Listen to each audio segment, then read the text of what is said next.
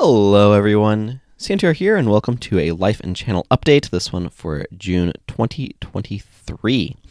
It has been a very eventful month for me. I think the last one of these I had been in the process of rearranging my room. I'm not sure quite where I was with it. I think I was probably pretty close to being done. Anyway, it has in fact been a really good change. One of the big positives for me is it meant that I was able to get back into my Magic collection, which had been blocked by a bunch of stuff. A bunch of my binders of cards were in the bookcase that was behind this chair and were therefore inaccessible. So you might be able to see some cards over there on the table. Being able to make use of that table space to do stuff with cards has indeed been one of the big benefits. And it's been really fun to be able to dig into my collection again and start making decks and things like that. So that's been a really big positive outcome of that particular change. But June has overall been a very eventful month for me in a lot of different ways. Not so much on the Astria front. I've been continuing to... It is very tedious what I'm needing to do right now with... excuse me, I just got up. And I wanted to record this before taking a walk with my sister, so I might be a little morning still. But anyway, the process that I'm in with Astria at the moment is one where I'm having to make a bunch of the standardized stuff because that's what I want to have available, and it's making me question all of my choices with the game. And I think it ultimately will be good. It's just a very tedious process to go through all of these armor sets and give them stats and stat them out and give them descriptions and figure out what should I even write here. And I need to go through all of these standardized weapons and figure out skills for them. And so it's just a tedious process to go through. Doing them individually was never the funnest part. And so having to go through them now is not the funnest part either. But I have been... boy, it's too early for me to think of these words. I've been poking away at it. I've been plugging away at it, picking away at it. One of these P words. But there's been a lot of other stuff going on. I've been able to play some Magic with friends as well, which has been nice. But let's see. So fairly early on the month. Yeah, so I've started playing Tears of the Kingdom. I don't know if I'd started last time or not, but I've been obviously playing a lot more of it since then. And I've overall been enjoying that game quite a bit. There is some issues that I have with it. In particular, I feel like... How do I say this in a way that remains as spoiler-free as possible? I feel like at the point that I have gotten through with the game, which is story-wise fairly far, but there's still a lot of side stuff that I'm doing, that one of the problems I had with Breath of the Wild persists in this game, in that horses so far, like... ways of speeding up Link's movement are not as streamlined as I would like, I guess is the phrase I'm going to use. So to use Elden Ring as a point of comparison, because it's a good point of comparison. In that game, you have a whistle thing that you get very early on. Basically, you have an item that lets you summon and despawn your horse at will. And that's really useful and convenient. And Breath of the Wild, I think most people are aware of this. There's a DLC that allows you to get a rune that summons a motorcycle that you can also summon at will. And it turns out that's really, really useful because you do a lot of zone transitions. You do a lot of like climbing, or you launch up in the sky, or you go down underground.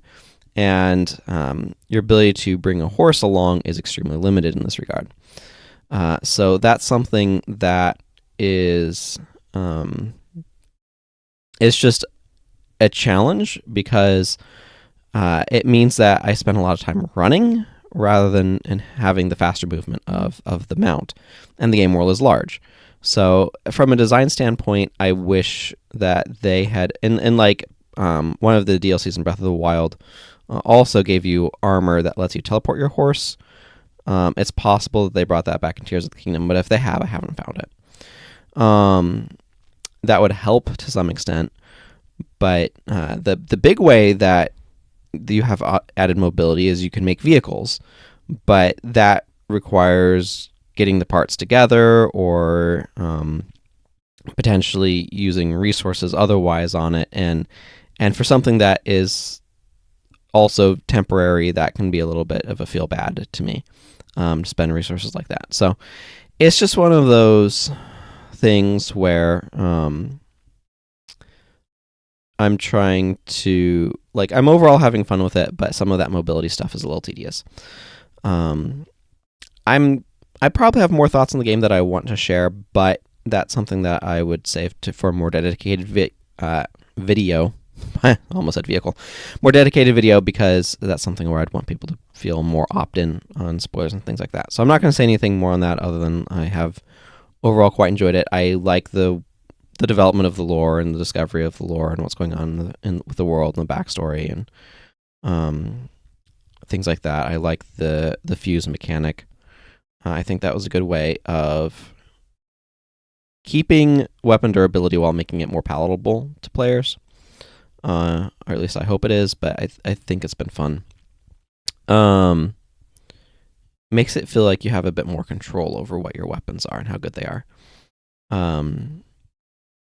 I don't know, I always run into the problem where my bags are too full to pick up new weapons anyway. So let's see. I also tried out the Lies of P demo. For those who are unfamiliar, Lies of P is a reference to Pinocchio. It's a game that is inspired by Pinocchio, and I'm not going to say a whole lot about it. I got to like the first major boss that has like a big boss health bar and a nameplate and a special boss fog and stuff. So I played about 45 minutes of it. I can see what people are saying about the dodge. It definitely feels like the game is, to me anyway, is built around their perfect guard mechanic, which I'm not super great at. I don't like having to master that sort of mechanic, because getting good at that mechanic is getting good at reading enemies and knowing the timing of their moves, and that's just not something that's fun for me personally. Not for an entire game. I enjoyed it to some extent with Fume Knight in Dark Souls 2, but it's just a bit more than I'm interested in. So the dodge is very short range, compared to, because in Souls games you're taught to dodge, right? Blocking is bad in Souls, and so you're taught to dodge, and this Lies of P feels like a game where blocking is good actually, and rather than dodging, and getting good at blocking well, and kind of like a Sekiro deflect type thing is really important. So that's something where that change in mindset, you have to change your mentality about how you're approaching these things, and I think that's going to be hard for a lot of people. So I definitely was like, wow, I really want this dodge to create more distance, to give me more room to like heal or things like that.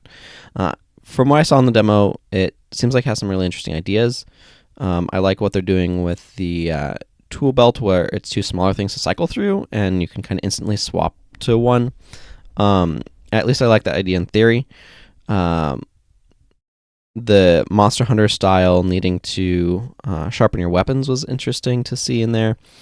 And the way that they have skills mapped to weapon and then block, and the skill button to use your hilt skill. I thought that's interesting, and if the game, I don't know if we could see in the demo or not. I imagine if you could get further than I did, you'll be able to see it. But the idea of being able to swap hilts and blades in order to be able to kind of customize what you're doing with your skills a little bit is a pretty neat idea.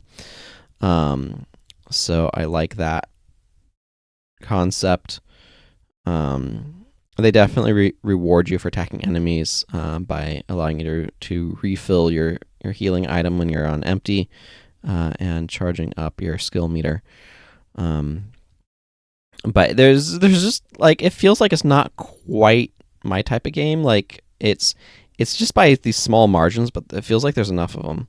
So I'll keep an eye on it because maybe it's something that I'd be interested in long term. But I'm not, a bit more uncertain on that. What else do I have to say? That's a lot on that front. Probably the big thing I just realized for me this month, it's been a very introspective month. So there's a big article that I wrote on my blog, and there's a couple of different things that have come out on my blog this month. So I will see about including a link to the month archive if I can, in the description below. There's always a link to my blog below, but it's been very introspective, and I've been thinking about the tension that I've typically had. So I've had muscle tension for quite a long time, since college, basically, partway through college. In like my neck especially is where I felt it, but it's also my shoulders and upper back, and I've noticed it's actually around in a lot of my head. Like I can consciously relax my muscles and feel like face muscles relax and stuff. And so I've had a lot of issues with tension there, and I was trying to figure out, I think that might as well say it, like praying about it and trying to figure out, and it's like hearing, no, God would not remove the tension itself. And I think that there's an underlying thing going on, and a lot of this is in the article, so I'm not going to repeat too much here. It's a lengthy article, so I kind of want to streamline kind of the points. But that a lot of some amount of the tension, I suspect some amount is like postural, like bad posture and things like that. But some amount of it is just, I'm guessing, from stress, and where I feel things, to kind of cut to the chase.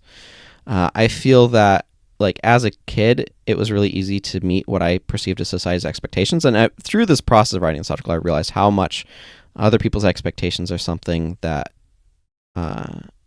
weigh on me or affect me. So society's expectations for you as a kid is basically get good grades in school.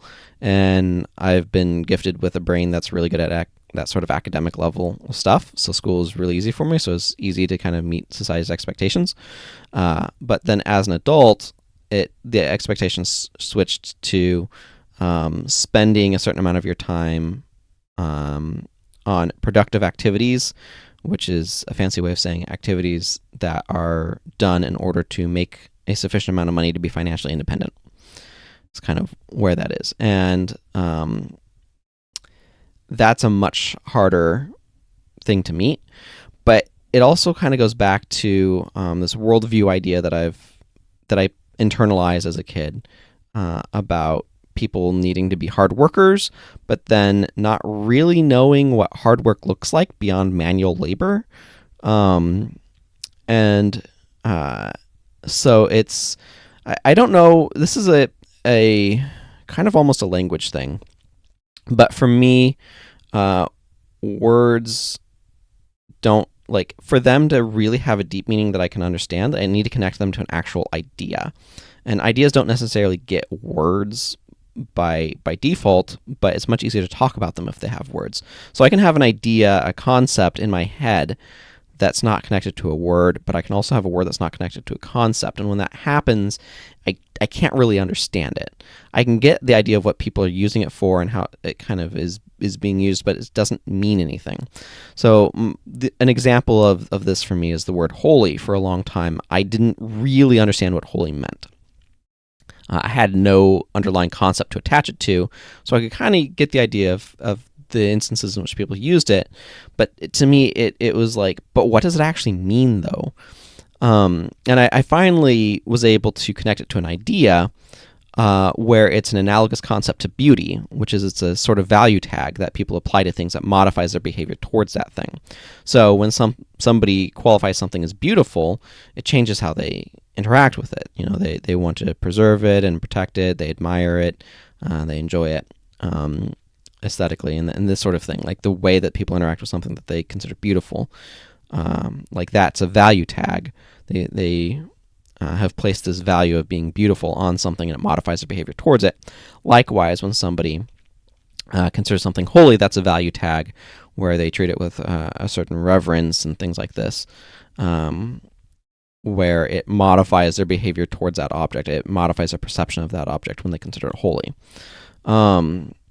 So that to me was being able to take an idea and attach it to the word to give it meaning so I could understand it. And I feel like I don't have that for hard work beyond, like, I guess, manual labor. Because what do people actually mean when they say hard work, right? Do they mean it was a lot of work to do? Did they mean the work was tedious? It was unpleasant to do? Do they mean that somebody worked for a long time if they're a hard worker, like they put in a lot of hours? But really, how many hours did they actually put in versus how many hours are they just at work, but maybe not necessarily working? And so there's a lot of like nebulousness around this concept. So that makes it hard for me to identify myself as a hard worker, which then leads to the fear and stress of the lazy label, because you're either a hard worker or you're lazy, right? A lot of this is stuff that I'm unpacking, right, and trying to understand where my own brain, its ideas are coming from and what they look like for the subconscious. And this is not a view that I hold. It's a view like that I'd apply to others. It's a view that I hold about how others view the world, how the mindset of other people. It's what I'm realizing is that I make a lot of assumptions about what others think about the world and their expectations of the world, that then I feel I have to respond to.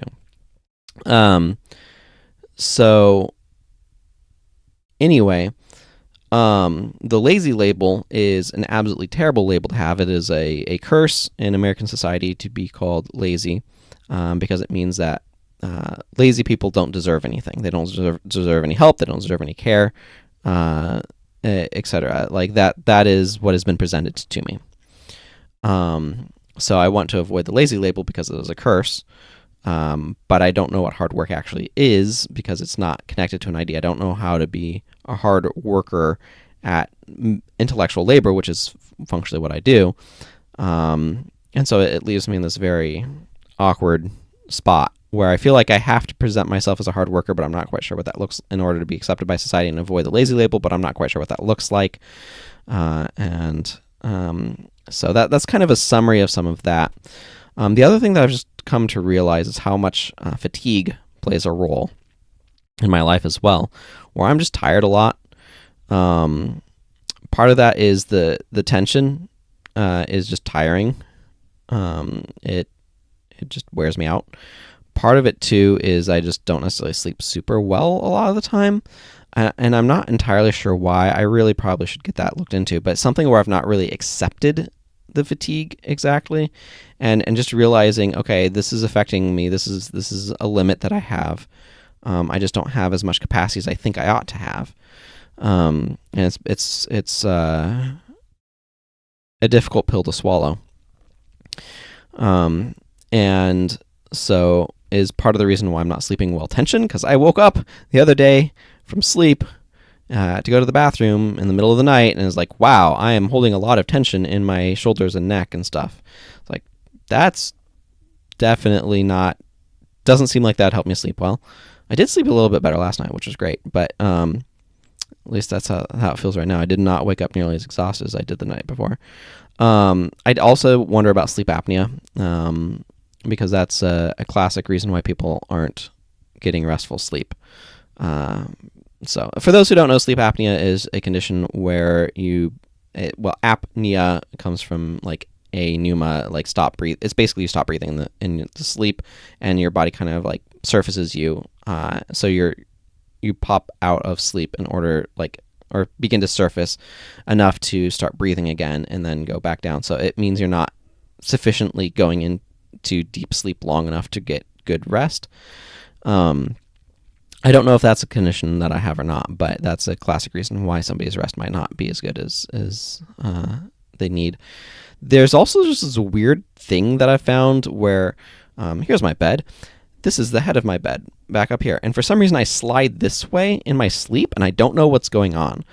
I will wake up and find that my pillow has gone from being like down here to being pushed back up here against this headboard, and that we didn't paint. And I don't know what's going on that's causing that. I am very confused by it. It's very strange.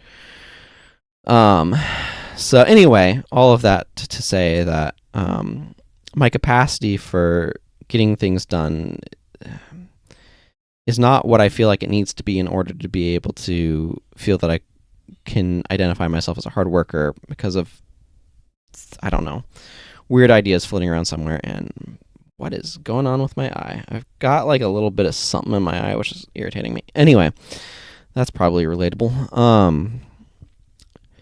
So it's been a lot of really good introspection and processing, kind of difficult to have to confront, but I think good to do so. I don't know. That's a lot of what's been going on this month. I really want to get through this phase of that's one of the other things that's frustrating. I really want to get through this phase of what I'm working on in Astria, and I feel like I'm not getting. I want it to be behind me without having to have done it. Is really the truth, but I want to get through it because I want to get back to doing interesting things again, and making all of this stuff is not super interesting. But I've also just been doing a lot of thinking of like what makes an interesting build system for me. You may notice I'm not using the microphone stand. It's because I mount it in a temporary spot, and there's no reason to do it for this. But that also kind of impacts my desire to want to try to stream. But I've been thinking about some. I've been thinking about what makes for interesting build systems for me, and I've been thinking about RPG mechanics as well. Because RPGs have this weird thing where RPG mechanics push really linear, because you typically have enemies growing at a progressive rate, where you don't want them to get too strong too quickly, because the player kind of needs to be like at a similar level. And I don't know, it's a tricky thing to think about. How do you make the player's level feel relevant? Because if you try to keep enemy power roughly equal with player power, you run into this problem where the levels functionally don't mean anything. So it's really useful to have some instances where the player is encountering enemies that are maybe a bit beyond them, so that way they can suddenly feel like, oh, now my characters have gotten strong enough for me to overcome this. I've made, like, it feels like they've done something. It makes the levels feel meaningful. But it's also good, I think, to have the players confront weak enemies again, because then it's like, oh, wow, I can see how far I've come, right? So I think that there's something that's useful there about that, but at the same time, how do you make it so that way it doesn't feel meaningless to fight those weak enemies? How do you make it so it's not discouraging to fight the hard ones? And so there's like some of that angle that I've been thinking about, and then there's also like what makes making builds interesting, where you're making interesting decisions, and a lot of it I'm realizing a focus on gear is not the most interesting part to me. It's how does this adjust how I'm playing the game, and so it's like what skills is this giving me access to and things like that. So I don't know, I've just been kind of thinking about that a lot. Like, part of what makes Pokemon work for me is I have to make decisions about my build. Your Pokemon doesn't have access to more than 4 moves, so you have to make choices about what those moves are. And then it does have equipment in the form of a hold item, but it's a very significant impact, right? It's not like a little bit more attack. It's like, no, this is like, your life orb. It's your attack does 20% more damage, but you take 10% HP when you in recoil. So you get a big attack boost at a negative impact like that.